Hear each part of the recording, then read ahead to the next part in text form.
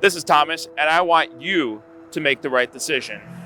Welcome back to my channel. Today we're going to be talking about how to make the right decision the first time and every single time in the aftermath, so you don't have to face any hesitation when it comes to making decisions. You got to go make decisions in life, because if you don't, then life doesn't get shaped at all. It's just this amorphous blob, and nothing comes of it. And when nothing comes of it, when you have a life where nothing comes of it, it's like it may as well have been that you didn't exist at all in the first place. So before we get into that, I just like to remind you that the Refined Leadership Blueprint is published. It's 108 pages about how to be an effective leader, how to achieve peak performance, effective communication, and advanced leadership skills. We are just skimming the surface right now when it comes to effective leadership. This new model of leadership I want to introduce to you called Refined Leadership. So if you haven't already, go and download that manual right now. It's in the link right there. It's still for free. Go check it out and let me know what you think of it. When it comes to making decision, I believe it comes from an old Greek, which I can't even remember what the heck the Greek name actually was. What it refers to is a phenomenon of cutting away. It's like almost like an incision when you cut into, but a decision is to cut something away, which is actually, if you think about any decision that someone could go make, is a decision essentially cutting away some version of reality. You could go take a left or you can go take a right. But ultimately, it's a decision that you go make in terms of, now we don't get to go left if we choose to go right, and we don't get to go right if we go and choose to go left. So a lot of people see that as a bad thing. I think it's a fantastic thing. The same way that, any sculpture that, say, for example, Michelangelo put together, or any other sculptors, great sculptors of our time put together, they had to start with just a block of stone. It was pure potential. There's so much potential. And someone may have told you recently, if you're a younger individual, someone may have told you that you have so much potential in your life. You could do so much with yourself. And it's pretty exciting. A lot of people told me that when I'm growing up. I'm 30 years old right now. Not many people have told me I have so much potential very recently. They want to see what I have done actually, recently, with a bias towards, what I have done for them in particular. So when it comes to actually doing stuff, having potential is great. But what you want to be able to do is be able to cut away pieces of that potential to go shape a beautiful figure, maybe not a literal sculpture, but to go shape together your life in a way that takes on the image and the shape that you actually want it to go and look like.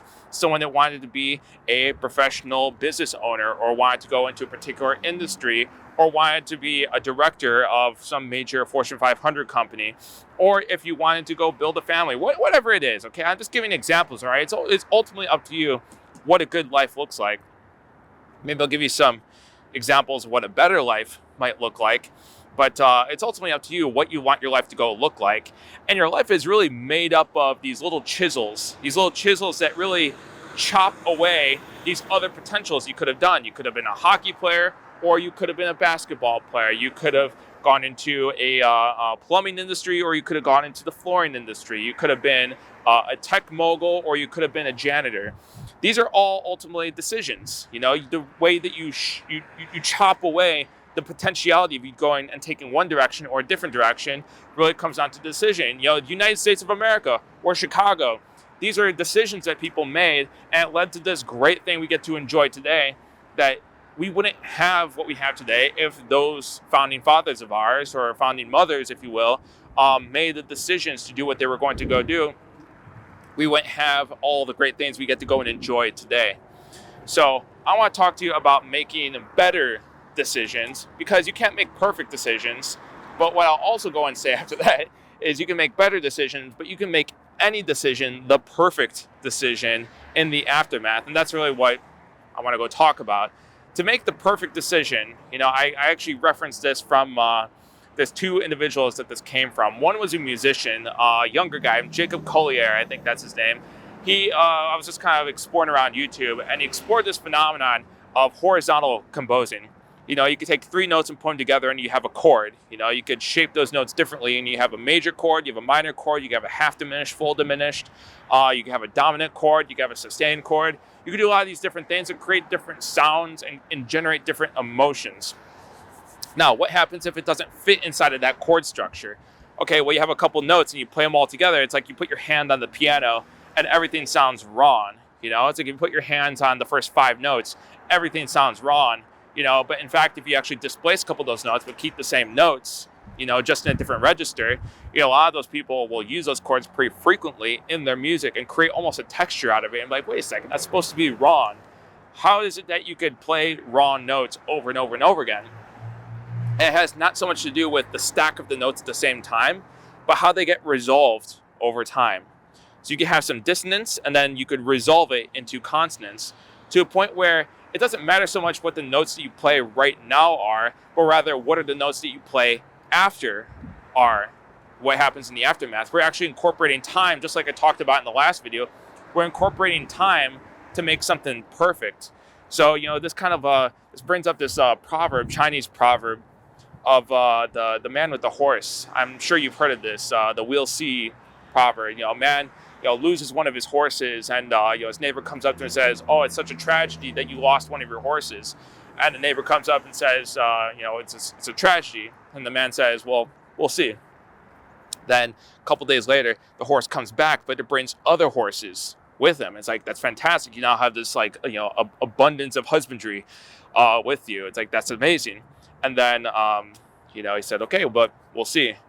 And then one of the days, his son is actually riding one of the new horses, and it was a wild horse, and it kicks him off. And when it kicks him off, it actually breaks his leg. And then the neighbor comes back and says, "It's a tragedy that your son broke his leg." And he said, "Well, we'll see." And then at the time, the military, they were in the war at the time, they were coming to conscript young men into military. And they found and saw his son. They were going to conscript him, but they saw his broken leg and said, "Okay, well, we can't take him in." So he got to stay with his father. And his neighbor said, "Well, that's amazing." And then, of course, the man says again, "We'll see." So the answer to this sort of like proverb, I suppose, is not that, it's not anything having to do with decisions. It just has to do with how things move throughout time. We don't know if something is good or bad until the rest of the play kind of plays itself out. So we have to see how everything plays itself out, and something which may be a fantastic thing that happens to you in a different time horizon might not be that great. It might be actually a curse that this fantastic thing happened to you, and then vice versa. If something happens to you which is tragic and horrible and awful, and you couldn't have bared the idea of having to deal with it in the first place, it may lead to something greater later on. We don't know yet. That's the answer. We'll see. So that's kind of leaving things to destiny, but we can actually take this phenomenon and take some control of it. You can make a decision the same way you can make a right note or a wrong note. And then depending on what the next decision that comes after that, if you make it make sense with the result of the previous decision, you could just have a string of correct decisions. Because look, if I can make a correct decision and I say, "Hey, this is good, let's go make more correct decisions," that's great. That's ideal life, perfection. Let's go do that. But the alternative is, like, we make a decision, we thought it was going to be one thing, but that didn't work out the way we wanted it to. So what do we do now? It's say, okay, well, we see the result of that. Okay, how do we turn lemons into lemonade? We'll take the results of that decision that didn't work out to our favor, and we're going to make it better because of that. I can think of many times where, like, I had a position at work and I decided to leave because, the cultural alignment wasn't there, and I felt awful about it because I lost my job, right? But in the aftermath, it just led to so many better opportunities. It led to so many greater things that would happen in the aftermath. It turned out to be a better thing that it happened earlier on than it did later. Otherwise, I wouldn't have these other doors open for me. That's probably the most prime example of that. So you can actually think about this from the perspective of, if you make a decision, a firm decision, and say, "Hey, I'm going to go left or I'm going to go right." But you make a firm decision, okay? A better decision is one that is firm and that is final. You say, "Hey, we're going to go do this, and we're going to completely forget about this over here. Or we're going to go this way, and we're going to completely forget this about over here." It's firm and it's final. If you can do things that are firm and final and go with it, as long as you take ownership of the outcome that results, and then use that to make a better decision later on, you could just create a string of correct decisions, no matter if it was correct in the moment or if it was, you have to wait some time before it becomes correct, or if you have to wait even more time before you have to justify it with something else for it to make it correct. So it's kind of, think about that horizontal composing like that one musician, but think about our decision making from a horizontal perspective over time. It's impossible to judge the result of your decision as being good or bad, the same way you can't judge the result of what happened to the Chinese farmer in the proverb as being a good or bad thing that happened to him.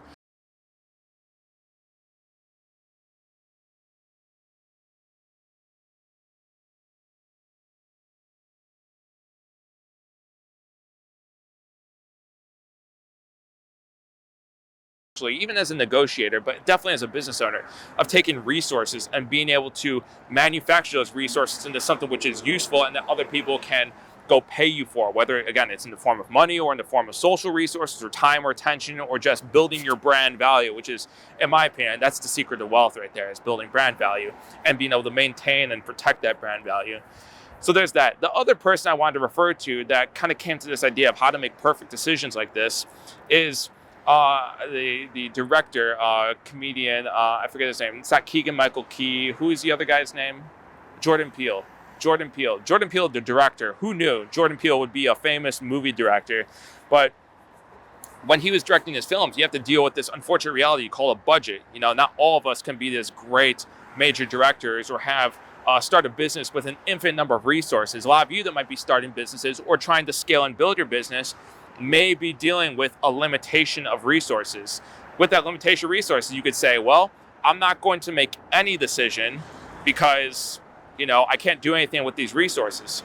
But a great entrepreneur, a great owner, a great manager of resources can take what they have and say, how can I make it better because I have this limitation? It's because of the limitation that they make things better in the aftermath. Another musician comes to mind for me is, who is it? Prince. Prince at the Super Bowl, I believe it was in Minnesota at the time, I could be wrong, but it was storming, it was raining, which means that they had to cancel the performance because of all of the water and the rain, and it would just mess everything up because it's not ideal. He responded, to the performance saying, hey, do you want to cancel the performance? He said, no, can you actually make it rain harder? Because why? He's got a song. The song's called Purple Rain. And it's like, can you imagine a more epic context and backdrop to like an amazing creation than a complete accident of circumstance, which is it happened to be raining, storming, just pouring down, and then playing, the grand finale, Purple Rain. Amazing. It's one of those things that you couldn't have wrote in a script, but because it happened accidentally, they made it better in the aftermath. They made it better because of the limitations that they had previously. So when it comes to making decisions, you can actually think about decisions not in a vertical perspective, but rather in a horizontal perspective. You could just say, you know what? I can make a decision to go left or go right. But in a weird way, it kind of doesn't matter, because if I go left, I'm going to see a new set of options, and I'm going to make some decisions from those set of options. Or if you decide to go right, I might have a different set of options, and I'm going to make a decision based on those set of options. A lot of people run into this analysis paralysis with making a decision for picking their niche, for example. Maybe say, okay, well, I have to go pick a niche and I have to go master it, because if I can't niche down my product, then I'm not going to get any market. Perfect, great. So pick a niche. It's like, well, what do I pick? It's like, okay, well, pick the things that you're better at, I was like, well, I'm also good at these things, okay? Or would you say that you're equal level of good at both of these things, okay? If you're equal level, then flip a coin, because it really doesn't matter what you pick. You just live with the consequences of your actions. And when you live with the consequences of your actions and you own it, take ownership of it, and then make decisions from that place, you can make that previous decision a great decision. Yeah, I'm always struck because back when I was in university, my professors, when I asked them, like, oh, you must have been so passionate about, because I had a lot of psychology professors, but so passionate about learning and memory, or so passionate about perception, or passionate about time perception and the neuroscience of time passing, because these were the topics I was interested in. And what I learned was, all these guys didn't really want to go in these crafts. They just managed to find themselves in those situations. They're like, oh, we had a lab and we had this technology and we started using technology, and now I'm the guy people go to for these things. I'm just so struck by it, because it was never things that they wanted to go do. They just owned the decisions of the circumstances they were in. So make firm decisions to go in a direction, and you could justify any decision you want to go in one direction or a different direction. I guess one last piece I'll leave at when you're thinking, hey, I have a hesitation. Do I go left or do I go right? Look at old texts. Look at old, ancient, conservative values. Look at things that actually expose, hey, better decisions are made when I'm honest, for example, or better decisions are made when I have integrity, or when I'm speaking truthfully, or when I'm focused on building the group as opposed to destroying the group. When you can think from that perspective, you can make better decisions, and it can be easier to go justify them in the aftermath. But really, no matter what decision you can make, you could go justify in the aftermath. And without something like that, you couldn't have a great country like we're in today in the United States of America, and you couldn't have a great city like we're in Chicago right now. And Chicago is kind of in trouble. There's a lot of ups and downs, lefts and rights. But we're going to come out of it because that's what we do in America. It's like that. It's like that old commercial with Clint Eastwood where he says, like when America comes back, they're going to hear us. They're going to hear the roar of our engines. Like, it's halftime, America, and our second half's just about to begin. Just a legend, America. So next time, I want to talk about something which has to do with sacrifice. Okay, sacrifice is tough. You have to give up something in order to get something else. You have to give up the left in order to go take a right. You have to give up the right in order to go take a left. And a lot of people think that they have to leave something behind, and they have almost this buyer's remorse or this regret that's behind it. You gotta be careful with that, because someone could weaponize your regret or your remorse. I want to teach you next time that the sacrifice is actually the reward itself. It doesn't lead to rewards. The sacrifice is the reward itself. Stay tuned, and I'll see you next time.